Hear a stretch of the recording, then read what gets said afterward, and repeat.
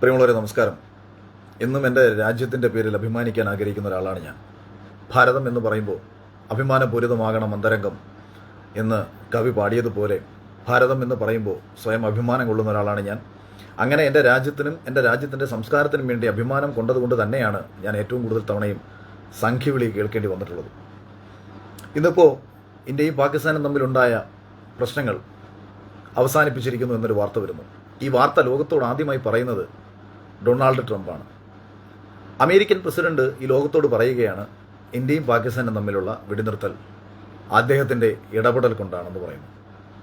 അമേരിക്കയുടെ ഒരു പ്രസിഡന്റ് ഇവിടെ നാട്ടിലൊക്കെ നിങ്ങളൊക്കെ പറയുന്നത് കണക്ക് വന്നിരുന്നിട്ട് തള്ളും ബഹളവും നടത്തുന്ന ഒരാളായിട്ട് ലോകത്തിന് മുമ്പിൽ സ്വയം അപഹാസ്യനാകുമോ എന്ന് നിങ്ങളൊന്ന് സ്വയം ആലോചിക്കണം. അപ്പോൾ അമേരിക്കയുടെ പ്രസിഡന്റ് ഇങ്ങനെ പറഞ്ഞപ്പോൾ എന്തുകൊണ്ട് ഇന്ത്യയുടെ പ്രൈം മിനിസ്റ്റർക്ക് സ്പോട്ടിൽ തന്നെ ഒരു റിയാക്ഷൻ കൊടുത്തുകൂടാ? നിങ്ങൾ എന്ത് ഇടപെടലാണ് നടത്തിയത്?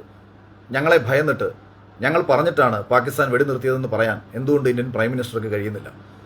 അങ്ങനെ കഴിയാത്തടത്തോളം കാലം, അങ്ങനെ ചെയ്യാത്തടത്തോളം കാലം ഇത് അമേരിക്കയുടെ ഇടപെടൽ കൊണ്ട് ഇന്ത്യ ഇങ്ങനൊരു പരിപാടി അവസാനിപ്പിച്ചതായിട്ട് ഇന്നൊരു വാർത്ത വന്നു. അങ്ങനെ വരുമ്പോൾ ഭാരതം എന്ന പേര് കേട്ടാൽ അഭിമാനപൂരിതമാകണമോ എന്ന് ചോദിച്ചാൽ നിലവിലത്തെ സാഹചര്യത്തിൽ ഭാരതം എന്ന പേര് കേട്ടാൽ അഭിമാനമൊക്കെ കൊള്ളും. പക്ഷേ ഭാരതത്തിൻ്റെ പ്രധാനമന്ത്രിയുടെ പേര് കേട്ടാൽ അഭിമാനം കൊള്ളുന്ന സാഹചര്യത്തിലല്ല ഇന്ന് തീരുമാനമെടുത്തത് എന്നത് ഏതൊക്കെ സംഖ്യകൾ ഏതൊക്കെ രീതിയിൽ എതിർത്താലും ഉള്ളിൽ തട്ടി അഭിമാനത്തോട് തന്നെ പറയാൻ പറ്റും. ഏത് രീതിയിൽ ചിന്തിച്ചാലും നരേന്ദ്രമോദിയുടെ നെഞ്ചളവിനേക്കാളും കരുത്ത് ഇന്ദിരാഗാന്ധിയുടെ തീരുമാനങ്ങൾക്ക് തന്നെ ആയിരുന്നുവെന്ന് അഭിമാനത്തോടുകൂടി പറയാൻ പറ്റുന്നത് ഇന്ദിരാഗാന്ധിയോട് പ്രത്യേക സ്നേഹമുണ്ടായിട്ടൊന്നുമല്ല, അവരെടുത്ത തീരുമാനങ്ങൾ കൊണ്ടാണ്. ആരുമില്ലാതിരുന്നൊരു സമയത്ത് അമേരിക്ക ഇന്ത്യക്കെതിരെ യുദ്ധം പ്രഖ്യാപിക്കുമെന്ന് പറഞ്ഞ സമയത്ത് വരൂ ഞങ്ങൾ അവിടെ അറബിക്കടലിൽ നിങ്ങൾക്കായി കാത്തിരിക്കുന്നു എന്ന് അമേരിക്കൻ നാവികസേനയ്ക്ക് മെസ്സേജ് അയച്ച ഇന്ദിരാഗാന്ധിയുടെ പവർഫുൾ ആയിട്ടുള്ള തീരുമാനം. അവരൊരു തെരഞ്ഞെടുപ്പ് പ്രചരണ വേളയിൽ പ്രസംഗിച്ചുകൊണ്ടിരുന്ന സമയത്താണ് ഇന്ത്യയുടെ സൈനികരെ കൊന്നു എന്ന വാർത്ത അവരിലേക്ക് എത്തുന്നത്. ആ സമയത്ത് India declare war against Pakistan എന്ന് പറയാൻ ആത്മധൈര്യം കാണിച്ച ഒരു പ്രധാനമന്ത്രി. ബംഗ്ലാദേശിലുള്ള ആൾക്കാർ പലായനം ചെയ്ത് ഇന്ത്യയിലേക്ക് വരുന്ന സമയത്ത് ബംഗ്ലാദേശിന് സ്വാതന്ത്ര്യം നേടിക്കൊടുക്കാൻ വേണ്ടിയിട്ട് തീരുമാനമെടുത്ത, പിന്നീട് റഷ്യ പിന്തുണച്ചോ ഇല്ലയെന്നുള്ളതല്ല, നമ്മുടെ അടുത്തേക്ക് ആര് പിന്തുണ ഉണ്ടാവത്തില്ലോ നോക്കിയിട്ടല്ലോ തീരുമാനമെടുത്തത്. തീരുമാനമെടുക്കുക എന്ന് പറഞ്ഞു കഴിഞ്ഞാൽ അതിന് ആത്മാഭിമാനം വേണം, ചങ്കുറപ്പ് വേണം. ആ ചങ്കുറപ്പ് നരേന്ദ്രമോദിയെക്കാളും ഉള്ളത് ഇന്ദിരാഗാന്ധിക്ക് തന്നെയാണെന്ന് അഭിമാനത്തോടെ പറയുന്നത് ഇന്നത്തെ ഈ ഒരൊറ്റ തീരുമാനം കൊണ്ടാണ്. നിങ്ങൾ ആലോചിച്ച് നോക്കൂ, ഇന്ത്യയിൽ ഇതിനു മുൻപ് സൈനികർ കൊല്ലപ്പെട്ടു, ഉറിയിലും പത്താംകൂട്ടിലും. നമ്മൾ എന്ത് ചെയ്തു? നമ്മൾ തിരിച്ച് സർജിക്കൽ സ്ട്രൈക്ക് നടത്തി. നമ്മൾ അങ്ങനെ ഒരു സർജിക്കൽ സ്ട്രൈക്ക് നടത്തുന്ന സമയത്ത് പാകിസ്ഥാൻ എന്ത് ചെയ്യണം? ഭയപ്പെടണം. ഇനി ഇങ്ങനെ ഒരു അറ്റാക്ക് ഇന്ത്യയുടെ മേളിൽ എടുക്കണമെങ്കിൽ അവൻ പല പ്രാവശ്യം ചിന്തിക്കണം. ഇന്ത്യ പോലൊരു രാജ്യത്തിനോട് ഞങ്ങൾ ഇനിയൊരു യുദ്ധം ചെയ്യണോ വേണ്ടയോ, അല്ലെന്നുണ്ടെങ്കിൽ ഞങ്ങൾ ഈ രാജ്യത്തെ ഒരു പൗരന്റെ ശരീരത്തിൽ തൊടണോ വേണ്ടയോ എന്നൊരു തീരുമാനം പാകിസ്ഥാൻ പലതവണ ആലോചിച്ച് വേണം എടുക്കാൻ. പക്ഷേ ഇന്ത്യയുടെ സർജിക്കൽ സ്ട്രൈക്കിൽ പാകിസ്ഥാൻ ഭയപ്പെട്ടതായിട്ട് നിങ്ങൾക്ക് തോന്നിയോ?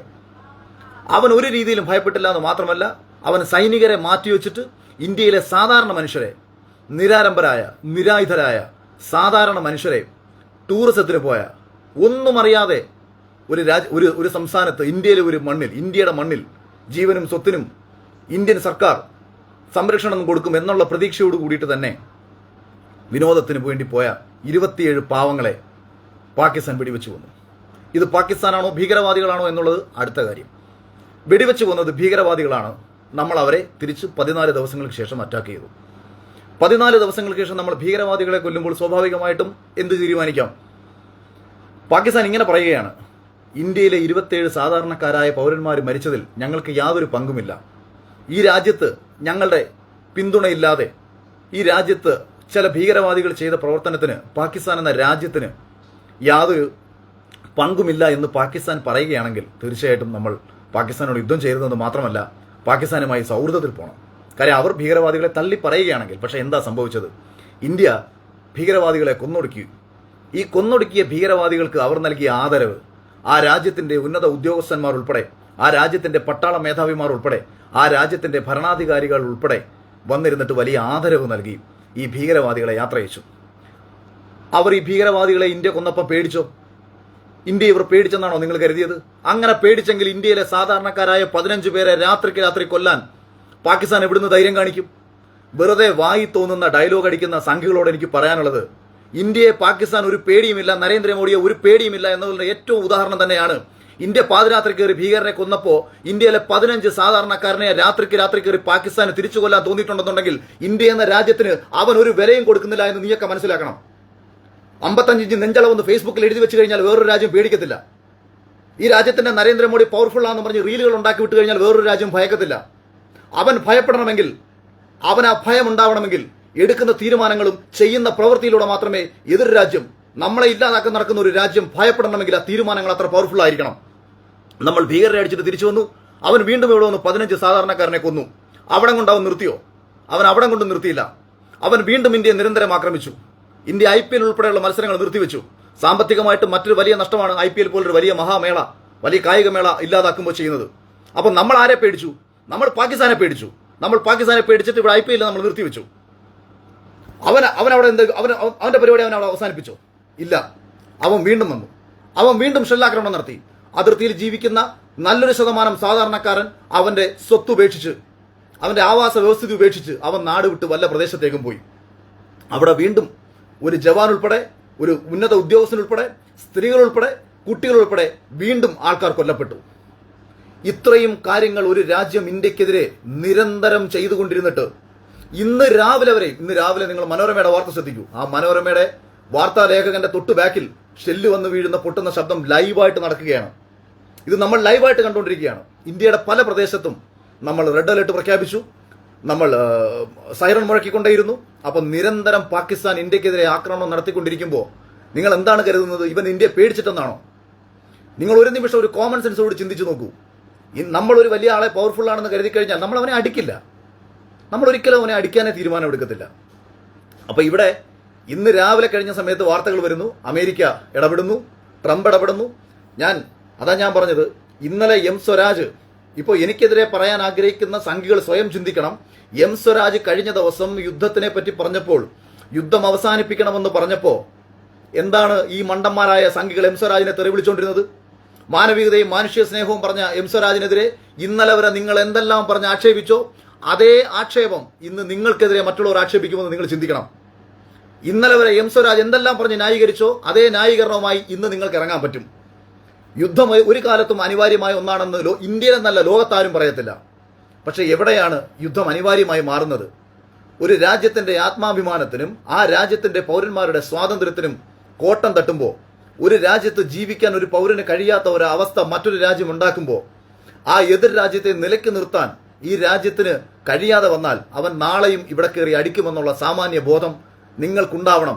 ഇന്ത്യയിലെ 40-ലധികം സൈനികരെ ഒരു നിമിഷം ചുട്ടുകൊന്നിട്ടും, ഇന്ത്യയിലെ 27 സാധാരണക്കാരനെ കൊന്നിട്ടും തിരിച്ചു വീണ്ടും വീണ്ടും അവൻ അടിക്കുന്നുണ്ടെന്നുണ്ടെങ്കിൽ അവന്റെ അടി ഇല്ലാതാക്കാൻ അമേരിക്ക പറയുകയല്ല ചെയ്യേണ്ടത്. അവൻ അടിക്കണോ വേണ്ടയോ എന്ന് അവനെ കൊണ്ട് ചിന്തിപ്പിക്കണം, 100 പ്രാവശ്യം ചിന്തിപ്പിക്കണം. ഇന്ത്യ പോലൊരു രാജ്യത്തെ കയറി തൊടണമെന്ന് അവൻ 100 പ്രാവശ്യം ചിന്തിക്കുമ്പോൾ മാത്രമാണ് നമ്മൾ പവർഫുള്ളായി മാറുന്നത്. അല്ലാതെ നിരന്തരം ഇന്ത്യയെ കയറി അടിച്ചുകൊണ്ടിരുന്നിട്ട് ഇവിടെ പവർഫുള്ളാണെന്ന് പറഞ്ഞ് റീലുണ്ടാക്കിയിടുകയല്ല വേണ്ടത്. എനിക്ക് എന്റെ രാജ്യത്തോടാണ് സ്നേഹം, നരേന്ദ്രമോദിയോടല്ല എന്ന് വളരെ വ്യക്തമായിട്ട് പറയാനാണ് എന്നെ പിന്തുണയ്ക്കുന്ന ആരെങ്കിലും ഉണ്ടെന്നുണ്ടെങ്കിൽ അവരോട് എനിക്ക് പ്രത്യേകിച്ച് പറയാനുള്ളത്. എനിക്ക് നരേന്ദ്രമോദിയോടോ RSSനോടോ BJPയോടോ യാതൊരു വിധത്തിലുള്ള താല്പര്യവും കാണിക്കേണ്ട കാര്യമില്ല. എന്റെ രാജ്യത്തെ ഇല്ലാതാക്കാൻ ശ്രമിക്കുന്നത് പുറത്തുനിന്നൊരുത്തനാണെന്നുണ്ടെങ്കിലും ഈ രാജ്യത്ത് നിന്നുള്ള ഒരുവനാണെന്നുണ്ടെങ്കിലും ആ വിഷയത്തിൽ അഭിമാനത്തോട് തന്നെ എനിക്ക് സംസാരിക്കാൻ അറിയാം. അതുകൊണ്ട് വേറൊരു രാജ്യം ഇടപെട്ടത് കൊണ്ട് തന്നെയാണ്, വേറൊരു രാജ്യത്തിന്റെ ഇടപെടൽ തന്നെയാണ് ഇന്നത്തെ ദിവസം ഈ തീരുമാനം എടുക്കുന്നത് എന്ന് മനസ്സിലാക്കാൻ മന്ദബുദ്ധികളായ സംഘികൾക്ക് കഴിഞ്ഞില്ല എന്നുണ്ടെന്നുണ്ടെങ്കിൽ നിങ്ങളുടെ ഏറ്റവും വലിയ പരാജയമാണെന്നും നിങ്ങളുടെ ദേശസ്നേഹം കപടമാണെന്നും നിങ്ങൾ തിരിച്ചറിയണം. ഈ തീരുമാനം ഇന്നലത്തെ ദിവസം മുതൽ നിങ്ങൾ കണ്ടുകൊണ്ടിരിക്കുകയാണ്. പാകിസ്ഥാൻ ഇന്ത്യയെ നിരന്തരം അടിച്ചുകൊണ്ടിരിക്കുകയാണ്. എന്തടിസ്ഥാനത്തിൽ അവൻ നിർത്തി? നമ്മൾ എന്തെങ്കിലും അവനെ വിളിച്ചു പറഞ്ഞു, എടാ തൊട്ടുപോരും ഇന്ത്യയെ തൊട്ടാ നിന്നെയൊക്കെ തീർത്ത് കളയും, നീയൊന്നും ഇനി മേലാൽ ആ രാജ്യത്തുണ്ടാവത്തില്ല എന്ന് ഇവിടുന്ന് ഒരു ഭരണാധികാരി അങ്ങോട്ട് വിളിച്ച് ഭീഷണിപ്പെടുത്തിയോ? അല്ലെങ്കിൽ അവൻ അങ്ങനെ തോന്നിപ്പിക്കത്തക്ക രീതിയിൽ എന്തെങ്കിലും ആക്ടിവിറ്റി നമ്മുടെ ഭാഗത്ത് നിന്ന് ചെയ്തോ? പിന്നെ പാകിസ്ഥാൻ എന്തായി വെടി നിർത്തിയത്? ഇന്ത്യ എന്താ തിരിച്ചൊന്നും ചെയ്യാത്തത്? ഇനി വളരെ രസകരമായി ചിന്തിച്ചാൽ, ഇപ്പം നിങ്ങളുടെ വീട്ടിൽ കയറിയിട്ട് നിങ്ങളുടെ ഭാര്യയും നിങ്ങളുടെ പെങ്ങളെയും നിങ്ങളുടെ അമ്മയും ഒക്കെ ഒരുത്തൻ ക്രൂരമായി ഉപദ്രവിക്കുകയാണ്. നിങ്ങൾ വീട്ടിലില്ലാത്ത സമയത്ത് നിങ്ങൾ തിരിച്ച് വീട്ടിലേക്ക് എത്തി, നിങ്ങൾ ഈ കാര്യങ്ങളൊക്കെ അറിയുന്നു. നിങ്ങൾ നിങ്ങളുടെ കുടുംബത്തെ ഇല്ലാതാക്കിയവനെ അടിക്കാൻ വേണ്ടി നിങ്ങൾ പോകുന്നു. നിങ്ങൾ പോയി അവന്റെ 2-3 അവന്റെ കൂട്ടത്തിൽ വന്ന 3-4 പേരെ നിങ്ങൾ അടിച്ചു. നിങ്ങൾ അടിച്ചു കഴിഞ്ഞ് തിരിച്ച് വീട്ടിൽ വരുന്നതിന് മുന്നേ അവൻ നിങ്ങളെ വീട്ടിൽ കയറി വീണ്ടും അടിച്ചു. നിങ്ങൾ അവൻ പുറത്തുനിന്ന് വർക്ക് എറിഞ്ഞുകൊണ്ടിരിക്കുന്ന ഓരോ കാര്യങ്ങൾ നിങ്ങൾ തടയുന്നുണ്ട്, നിങ്ങൾ തടഞ്ഞുകൊണ്ടിരിക്കുകയാണ്. പക്ഷെ അവൻ നിർത്തുന്നില്ല, അവൻ നിരന്തരം നിങ്ങളെ അടിച്ചുകൊണ്ടിരിക്കുകയാണ്. ഇതെല്ലാം അടിച്ചുകൊണ്ടിരുന്നിട്ട് ഏറ്റവും ലാസ്റ്റ് അവൻ പറയുകയാണ്, അളിയാ നിർത്തി, ഇനി നമ്മൾ തമ്മിൽ യാതൊരു പ്രശ്നമില്ല, ഞാൻ ഈ പരിപാടി നിർത്തുകയാണ്, ഇനി എന്താന്ന് വെച്ചാൽ നീ തീരുമാനിക്കുക. അപ്പം നിങ്ങൾ തിരിച്ചു പറയാണ്, ഞാനും ഈ പരിപാടി നിർത്തി, ഒരു കുഴപ്പമില്ല, എൻ്റെ അമ്മയ്ക്കും പെങ്ങൾക്കും എൻ്റെ മക്കൾക്കും എൻ്റെ കുടുംബത്തിനും എന്ത് വന്നാലും പ്രശ്നമില്ല, നീ നിർത്തിയ സ്ഥിതിക്ക് ഞാനും നിർത്തുകയാണ്, നീ സമാധാനമായിട്ട് പോയി ജീവിച്ചോ, നീ നാളെ നിനക്ക് എന്തെങ്കിലും എന്നെ ചൊറിയണമെന്ന് തോന്നുന്ന സമയത്ത് നീ ധൈര്യമായിട്ട് വന്ന് ചൊറിഞ്ഞോ, കാര്യം ഞാനിവിടെ ഒരുപാട് എണ്ണത്തെ ഉണ്ടാക്കിയിട്ടിട്ടുണ്ട്, നിനക്ക് കൊല്ലണമെങ്കിൽ ഇവിടെ വന്ന് ധാരാളം കൊന്നിട്ട് പോകാം, കാരണം ഇവിടെ ഇഷ്ടം പോലെ പേരെ നമ്മൾ ഉണ്ടാക്കിയിട്ടുണ്ടോ നിനക്കെ കൊല്ലാനും നമുക്ക് രാഷ്ട്രീയം കളിക്കാനും. അതുകൊണ്ട് ഇത് ഇത്രയും പറഞ്ഞില്ല എന്നുണ്ടെന്നുണ്ടെങ്കിൽ സാമാന്യ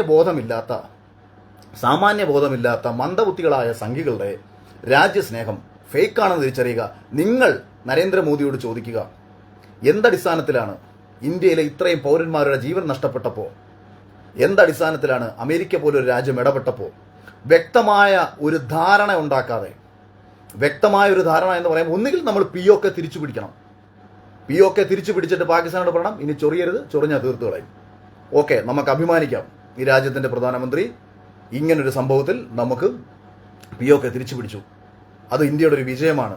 ഏത് പോയിന്റിലാണ് നമുക്കിവിടെ നമ്മുടെ ഒരു വിജയം എന്ന് പറഞ്ഞ് നിങ്ങൾക്ക് ആർക്കെങ്കിലും അഭിമാനിക്കാൻ പറ്റുന്ന ഒരു പോയിന്റ് നിങ്ങൾക്ക് പറയാമോ? പാതിരാത്രി പോയി അവന്റെ ഭീകര കേന്ദ്രം തകർത്തു എന്ന് പറയുന്നത് മാറ്റി നിർത്തി കഴിഞ്ഞാൽ എല്ലാ അർത്ഥത്തിലും വിജയം പാകിസ്ഥാന്റെ അല്ലേ എന്നതല്ലേ പരമമായ യാഥാർത്ഥ്യം. ഇന്ത്യയുടെ മണ്ണിൽ കയറി 27 സാധാരണക്കാരനെ കൊന്നു അവൻ. അത് ആലോചിക്കണം. നമ്മൾ ഈ സുരക്ഷാ വീഴ്ചയെക്കുറിച്ച് ഞാൻ സംസാരിച്ചിട്ടില്ല. ആ സമയത്ത് ഇവർ എങ്ങനെ വന്നു, ഇതുപോലത്തെ കാര്യങ്ങൾ ചെയ്തു, ഇതൊക്കെ രാഷ്ട്രീയപരമായിട്ട് മറ്റുള്ളവർ ഉന്നയിച്ച സമയത്തൊക്കെ തന്നെ ഇന്ത്യ തിരിച്ചെന്ത് ചെയ്യും എന്നതായിരുന്നു നമ്മളൊക്കെ നോക്കിക്കൊണ്ടിരുന്നത്. അപ്പോൾ ഇന്ത്യയിലെ സാധാരണക്കാരായ 27 പേരെ കൊന്നു, തിരിച്ച് വീണ്ടും 15 സാധാരണക്കാരനെ കൊന്നു, ഇന്ത്യയിലെ ജവാൻ ഉൾപ്പെടെ നിരവധി പേരെ വീണ്ടും കൊന്നു. ഇത്രയൊക്കെ ചെയ്തിട്ട് നിങ്ങൾ എന്ത് കണ്ടിട്ടാണ് അഭിമാനിക്കുന്നതെന്ന് നിങ്ങൾ ഒരു നിമിഷം സ്വയം ചിന്തിച്ചു നോക്കൂ എന്ന് മാത്രം പറഞ്ഞുകൊണ്ട് അഭിമാനത്തോടുകൂടി ഈ രാജ്യത്തെ ഒരു പൗരൻ എന്ന നിലയിൽ നിലവിൽ ഈ ഒരു തീരുമാനത്തിനോട് ഒരു രീതിയിലും മാനസികമായിട്ട് ഉൾക്കൊള്ളാൻ പറ്റുന്നില്ല. അത് യുദ്ധം അവസാനിപ്പിച്ചതിലല്ല, യുദ്ധം അവസാനിപ്പിച്ച അല്ലെങ്കിൽ യുദ്ധം തുടങ്ങിയിട്ടില്ല, വെടിനിർത്തൽ അവസാനിപ്പിച്ച ഈ രീതി അമേരിക്ക പോലൊരു രാജ്യം ഇടപെട്ടതിന് ശേഷം, അമേരിക്കൻ പ്രസിഡന്റ് അത് ലോകത്തോട് പറഞ്ഞതിന് ശേഷം മാത്രം ഇവിടെ, അല്ലെങ്കിൽ ഒന്ന് ആലോചിച്ച് നോക്കൂ, ഇന്ത്യയുടെ ആൾക്കാർ ആദ്യം ഇതൊരു പത്രസമ്മേളനം നടത്തി പറഞ്ഞിരുന്നെങ്കിൽ പോലും അതിനൊരു അഭിമാനം ഉണ്ടായിരുന്നു. ഇത് അമേരിക്കൻ പ്രസിഡന്റ് എങ്ങനെയാണ് അറിഞ്ഞത്?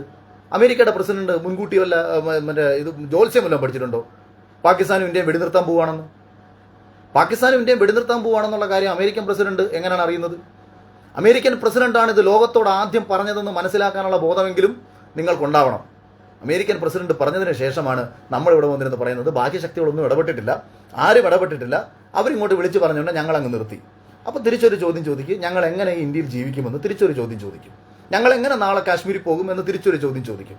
ഞങ്ങൾ എങ്ങനെ ഈ രാജ്യത്തിലെ ഭരണാധികാരികൾ ഇന്ത്യൻ ഭരണഘടന ഉറപ്പു നൽകുന്ന അവകാശങ്ങൾ ഏത് രീതിയിൽ വിശ്വസിക്കുമെന്ന് തിരിച്ചു ചോദിക്കും.